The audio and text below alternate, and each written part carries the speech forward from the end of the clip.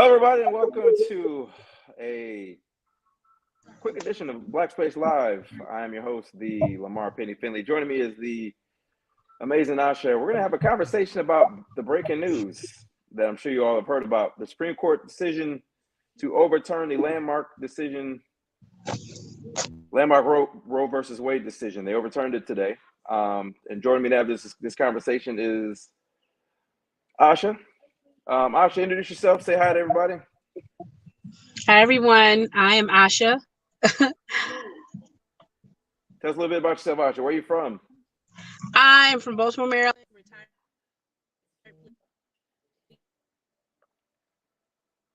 We got a bit of a connection issue.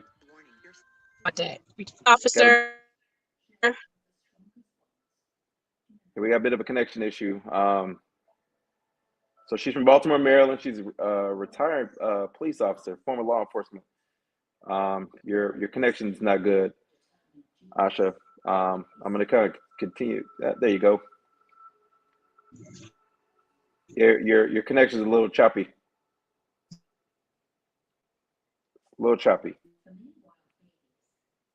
So in any event, quick background about Roe versus Wade. Roe versus Wade was a landmark decision in 1973.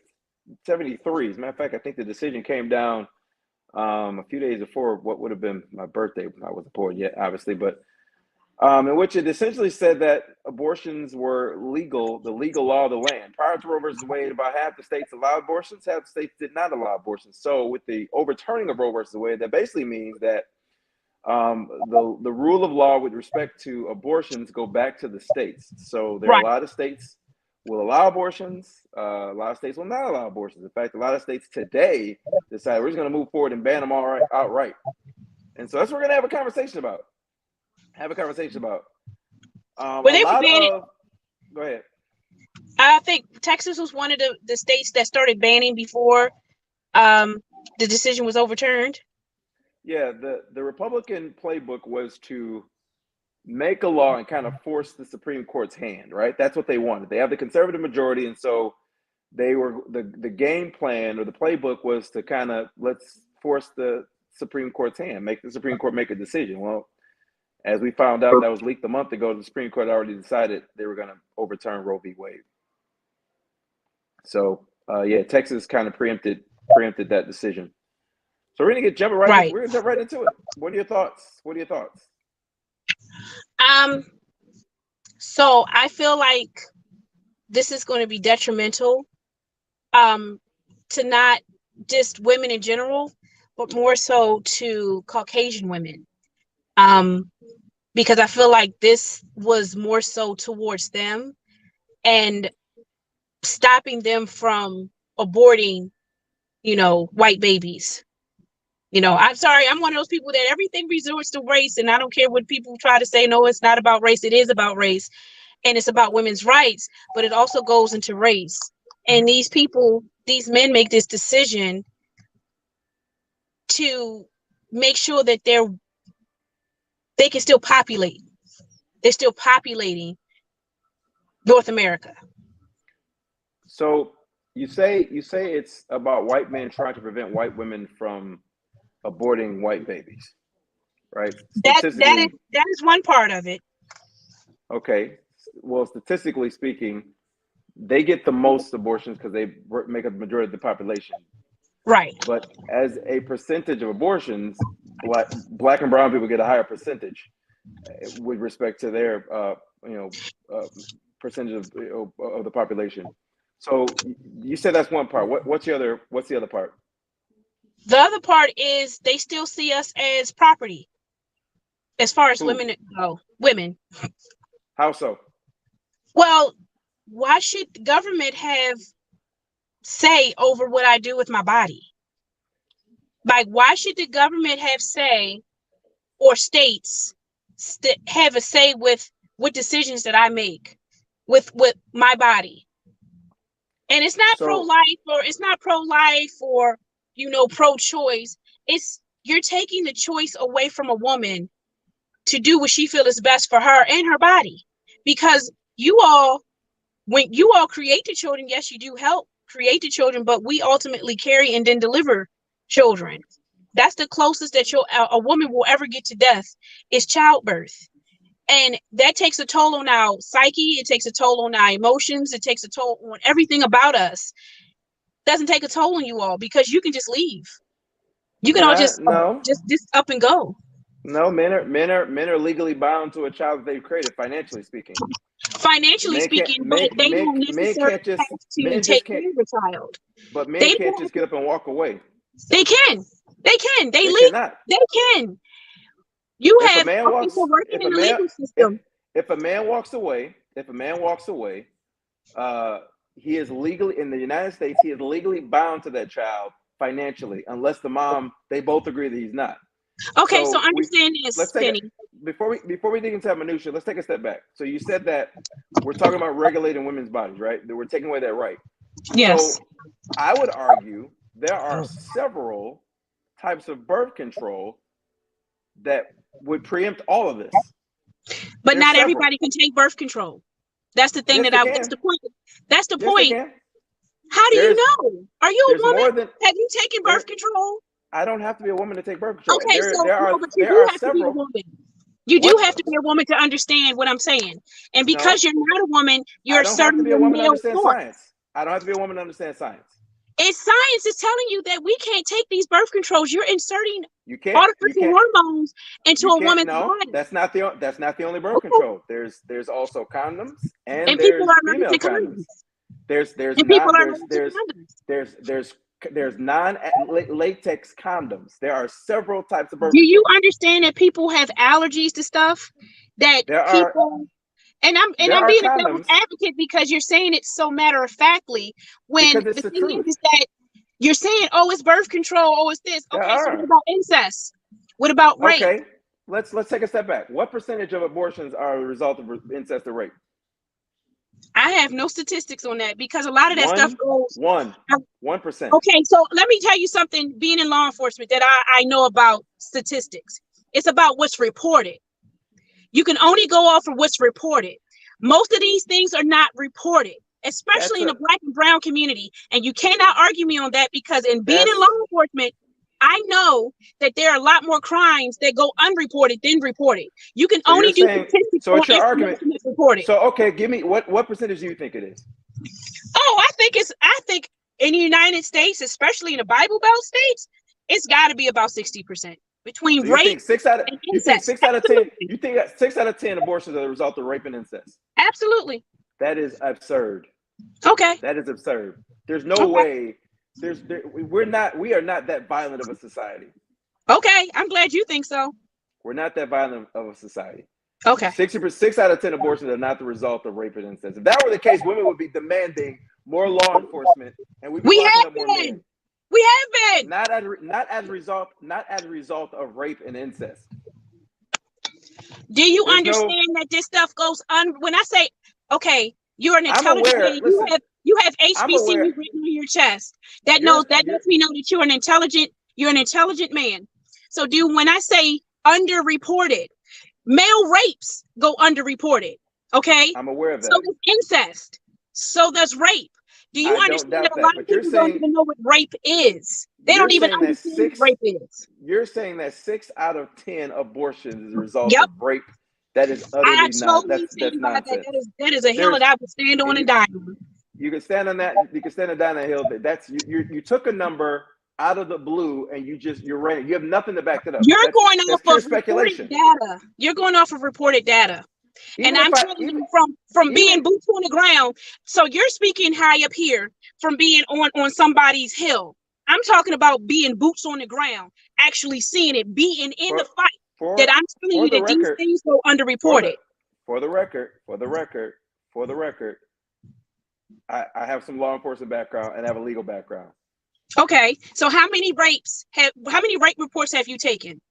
How many hospital visits have you gone to? And convince women and explain it to women that what has happened to them has rape. But you're speaking anecdotally. I'm not speaking anecdotally. I'm speaking from personal knowledge. Yes, it's your personal knowledge still an anecdote. It's not anecdote when I can see you're broad brushing because I've you're broad brushing the entire country. You're saying that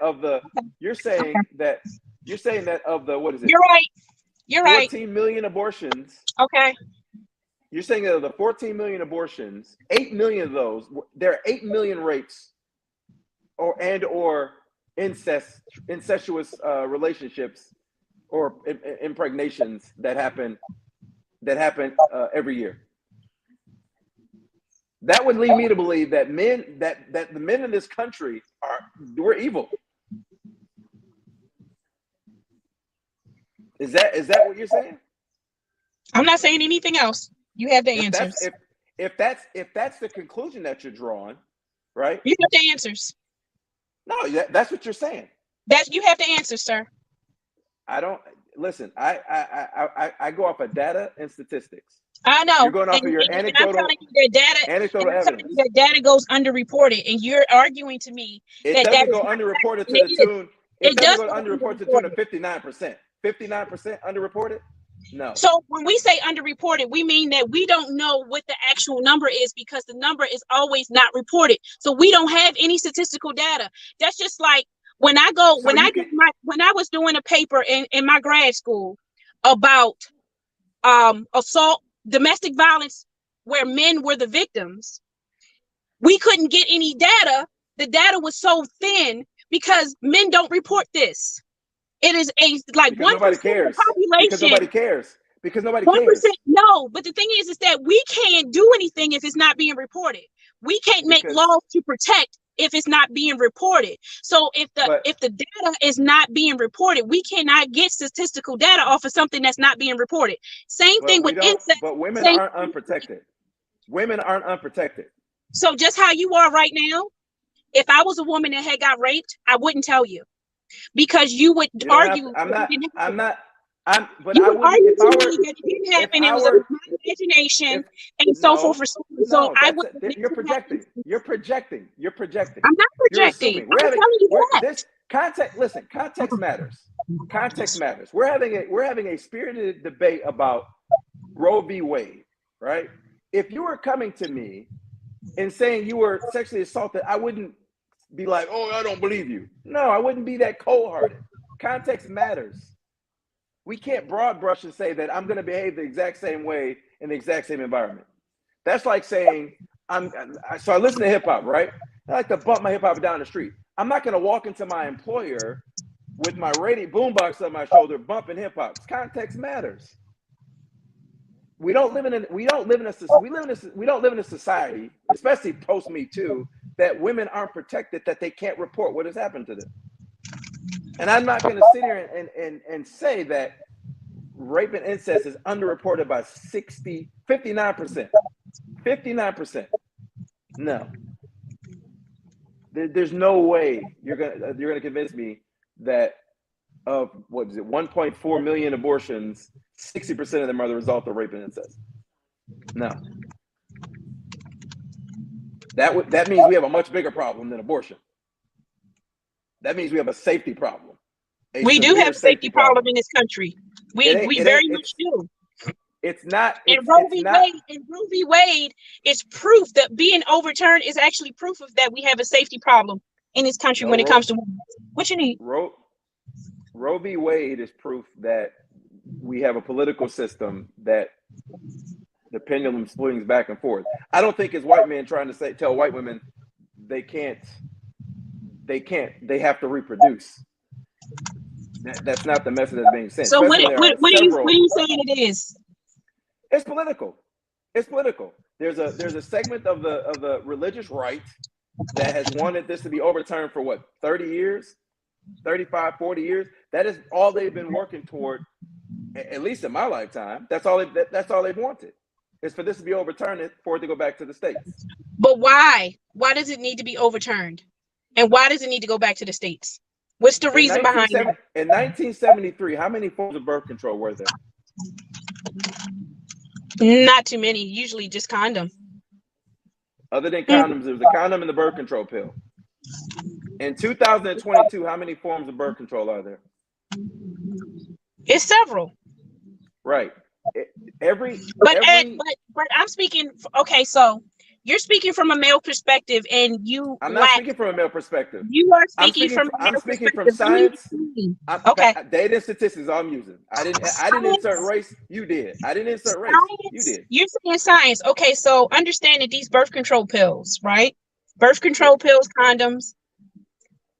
There's IUDs, I will exclude condoms because condoms is more physical. Implants. Okay. You can't exclude it though. It's birth control.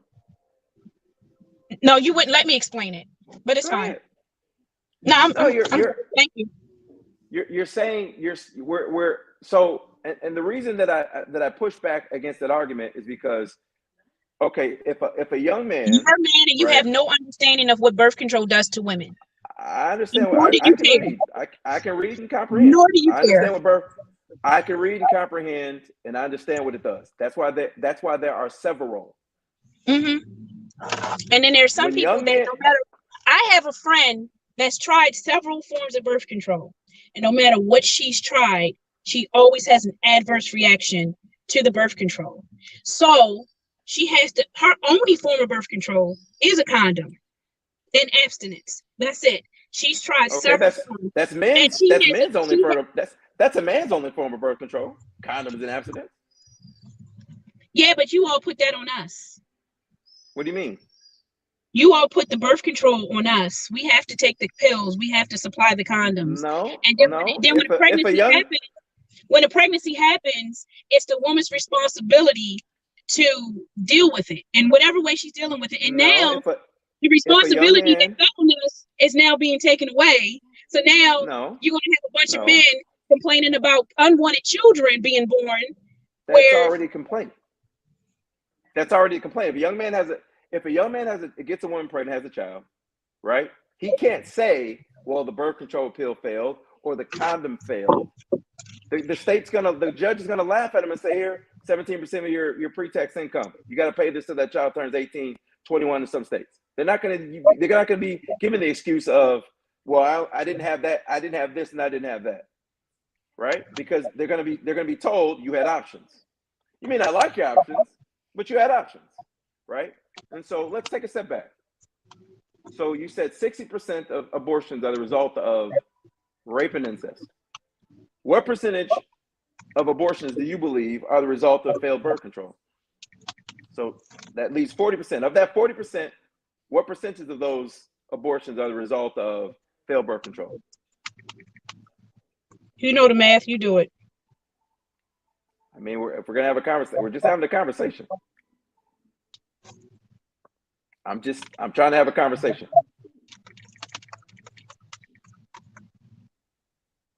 Okay. I thought we were two intelligent adults having a spirited conversation.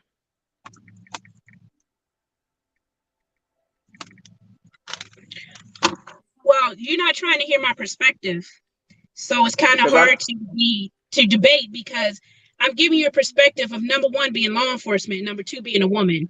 And I'm telling you that these things are underreported, and you're trying to argue what is statistical data. Well, you can't go off of the statistical data when it's underreported. That means that the data that you're getting I never said they weren't underreported, though. I never said they weren't underreported. I said they weren't that underreported. You kept saying the data, but the data isn't correct, and that's what I was trying to explain to you.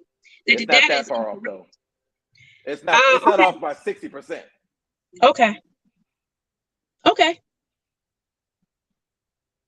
I don't think the data is off, but there's anecdotal evidence doesn't mean it's off by 60%.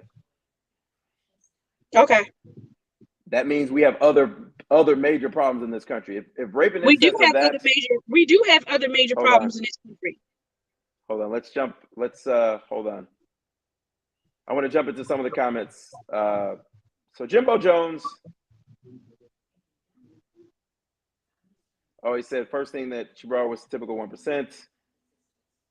He said, you think it wouldn't get reported? It's not that easy to sneak away and get an abortion. Yeah, I'm not going to read the other comments. I don't read comments that attack my guests. But I don't think so. We have a problem with rape and incest in this country. We've always had a problem with rape and incest in this country. to the And if degree you that and if you think otherwise, then that's your part of the problem. I didn't say it. Listen, one rape is a problem. One rape is a problem. One incestuous child is a problem, in my opinion. But to say that the women are getting abortions because of rape and incest, that means the argument must have changed since 1973, because that was an argument in 1973. I'm trying to tell you that women do not report why. They don't ask who and what, where, and how. When you go into an abortion clinic, okay, they just want to know how far along you are and how you're going to pay. Those are the only two things that they're worried about. They're not worried about who did it to you. The only time that they are, because they are a mandated reporter, is if it's rape. And if it's a minor who's been a victim of rape and or incest, because they are mandatory reporters. But if a woman goes in and she's 18 years old and she's been raped by her uncle at 18, they're not mandated to report this. Well, the data comes from self-reporting. From the and a lot Planned of people Parenthood. You know that they're mandated reporters, right? You know about that. I'm aware of that. Okay. But I'm saying that the data that I get comes from the pro-women groups, the Planned Parenthoods, the women rights groups. They're the ones that gather this data, so they're all lying.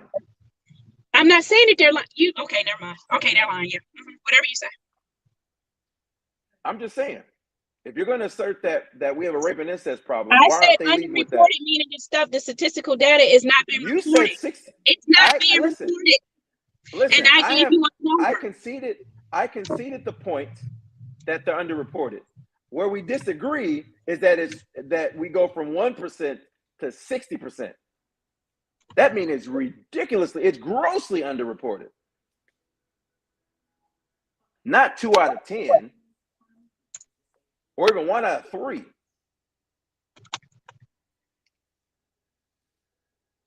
That doesn't. No. Why would it go under? Why would rapes not go reported? I understand the trauma in the whole rape reporting process. I get that, right? Not feeling protected, but we're not in 1980 or even 1990. They still feel the same way. They still feel the same way. And there are some people that don't even realize what happened to them is rape and or incest. And I know that because I used to teach this in college campuses, especially HBCUs, to young women and men who don't even know what the definition of rape is. They think rape is meeting someone in a dark alley, violently raping someone. They don't know that there's different types of date rape. Some of these people have been getting raped by uncles and family members for years, and getting them pregnant, and they're having abortions. Happening to them is wrong, and it's not going reported. It is not going reported. You know how many? Okay. You don't have conversation. You must don't have conversation in your community with women. I have conversations with women all the time. Or if you do, you're so busy trying to shut them down with your inaccurate data that you're not listening to what's being said. In an environment in which men get lied on a lot, right?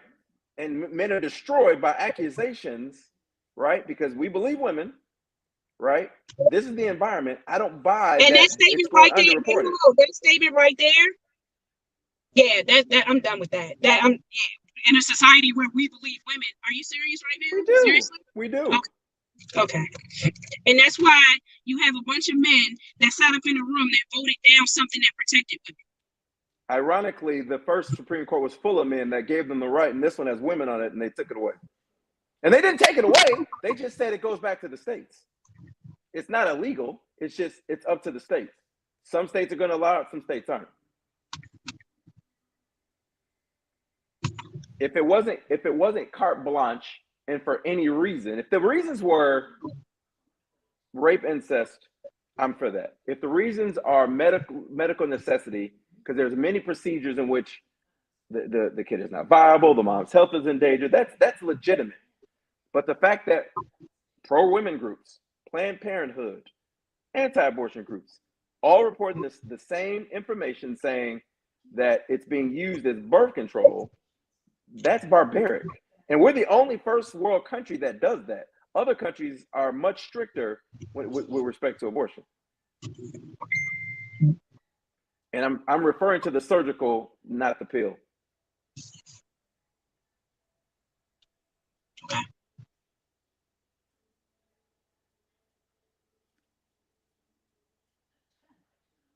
So unless there is some legitimate data to push against that, the emotional arguments.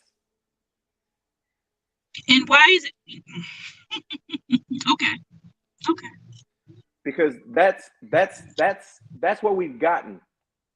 It's not about we can't have a conversation about how barbaric it is. We can't have a conversation about, okay, what types of abortion. We can't have that conversation, right? It's an emotion. We go to the extremes to say, okay, it should be legitimate for everybody. It's kind of like, let's switch conversations. It's kind of like the gun rights advocates, right? They want this inalienable right to own a firearm for protection, right? When how often in your regular daily lives is somebody kicking in your front door and you actually able to get to your gun to defend your family? And then we take it a step further by saying stand your ground, because the world is so dangerous now that I need my gun to protect me out in public. When unless you're a trained law enforcement individual who knows how to, use a weapon, who knows when to properly use a weapon, and it's the same argument. They use the extreme cases to justify the carte blanche excuse to we need firearms. We need more firearms. It's not making our country any safer. Gun violence is increasing. More people are getting access to guns because we're restricting it less and less and less. Same thing with abortions. Again, listen. If 60% are rapists and incest, give those women that right. If her life is in danger, give her that right. If her child's life is in danger, give her that right. As birth control, when there are several types, surgical abortions, in my opinion, are barbaric. And other countries, other first world countries have figured this out. But so you would rather have a country full of, we already have a country where our child protective system is overworked, not really able to keep up with cases of abuse. We have abandonment. We have children that are abandoned. We have children that are abused. We have nobody's advocating for the children, but all of you are worried about is making sure that we can't do surgical abortions and women can't have right to choose. That make sense. As birth control, and we don't. And listen, I advocate for children all the time. I think that our what about those people? So wait a minute. So what if you're in a situation where the woman and man are using protection, the condom breaks, she gets pregnant? Whose fault is that? Her fault? Because the condom broke? If it's a married couple, it's their fault. If she gets pregnant. Here's the thing. I'm equal opportunity. I'm about equality. I don't blame one party. If a married couple has a child, and they use birth control, but that's a minute percentage of abortions. There's Plan Bs. We have Plan B pills. So do you know what Plan B does to a woman? Doesn't matter. We're talking about what? Okay. Because you're saying surgical abortion is better? I'm saying that there are a number of things in play. But what you are saying is basically like, shut up, take the pill, and stop using abortion as birth control. I didn't say shut up, take the pill, not use abortion as birth control. I'm saying I don't want to argue the extreme cases. This is the vaccines are safe, but one person had a heart attack because of vaccines, or no, one person had 6 people had blood clots out of 30 million people that got the vaccine. No, the whole point is our rights as women this is that argument. are being determined by some men. Your rights as women aren't being determined. Women women outnumber men in the electorate. Women voted in the heads of state that appointed this Supreme Court. Women did that. Men didn't do that. We don't. Y'all make up the electorate. We don't. It wasn't women that did this, or it wasn't men that did this. Women make up the majority of the electorate. Women do. There are women on the Supreme Court. Y'all make up, was it 51% of the electorate? Women do. Women decided this. There's many women on the pro-life side of the argument as there are on the pro-choice side of the argument. This isn't. And Be those quite women honest, are actually doing what their husbands and boyfriends and no, they're fathers doing and what they want to mothers do. Men no, don't control sir, women like no, that sir, anymore. no, sir, Nonsense. no, When sir. men do not control women like that anymore. That argument is Down nonsensical. in It the is not Bible, true. down in the Bible Belt, yes, sir. We don't follow the Bible in this country. If we did, divorce rates I wouldn't be said where they were. Bible Belt, not Bible. Bible Belt. In That's the what I said. Bible Belt, they don't follow it down there either. If we did, we wouldn't. Divorce rates are down there just as high as the rest of the country. This country does not adhere to its so-called founding Christian principles.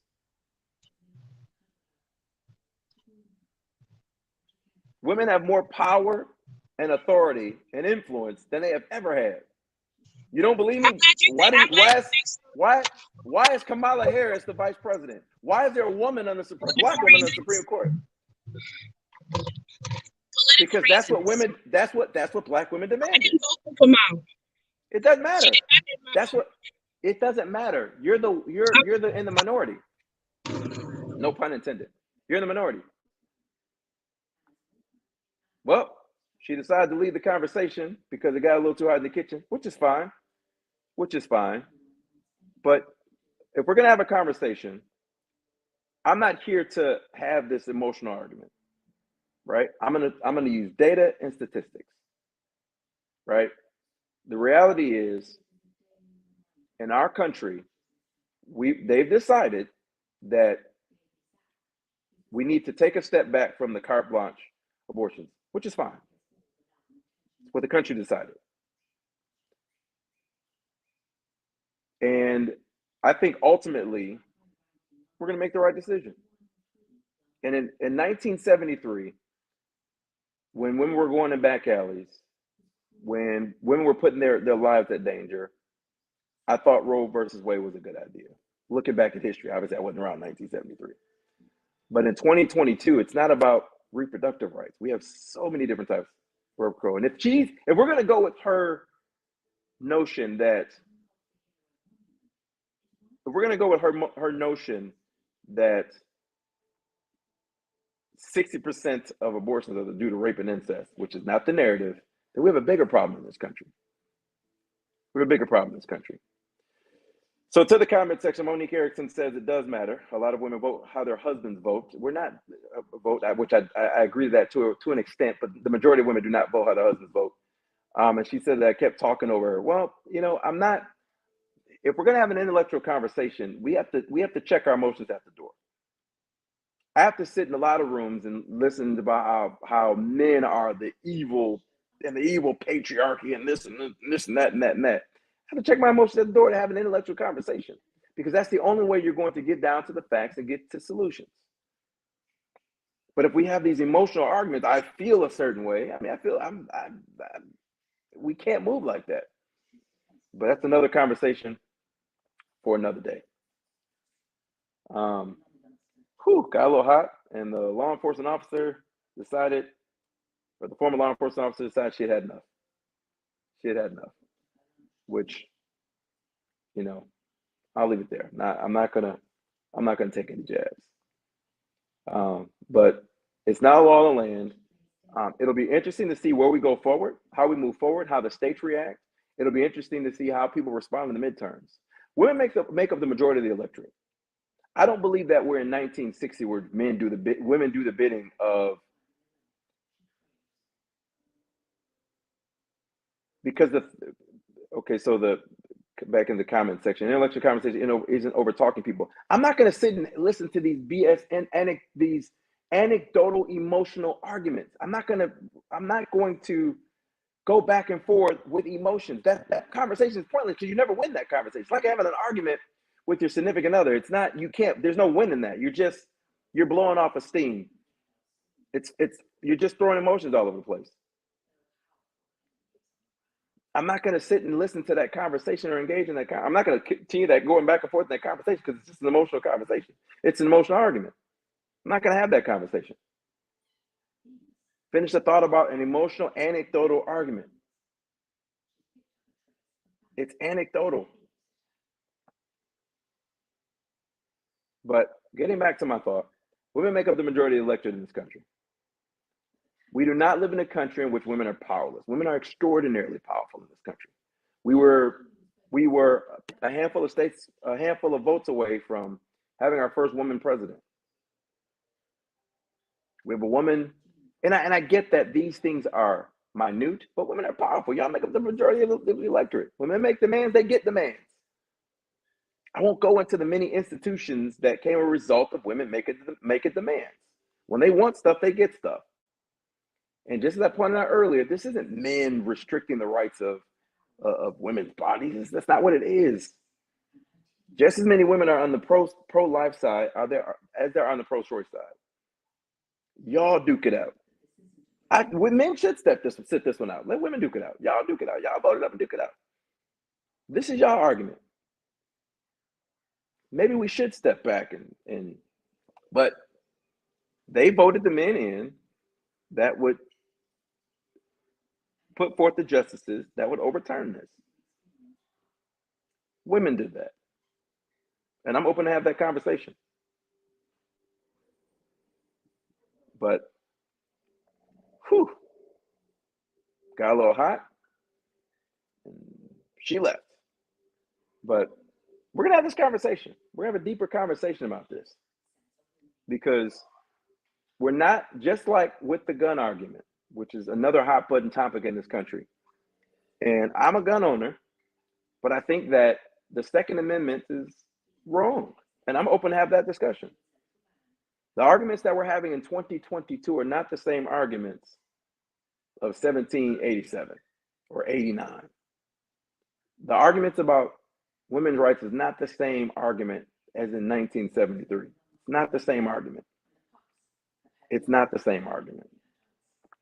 And listen, I know stats are underreported. I understand that. There's a degree of error when it comes to certain statistics reporting. I get that.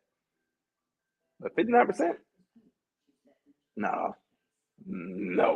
It's not underreported by 59%. That's absurd. That is absurd. The fact that we're having the conversations about women don't even know if they're raped. Great. Excuse me. Great, because that'll trigger the YouTube censors. If that's a problem, that's a deeper problem.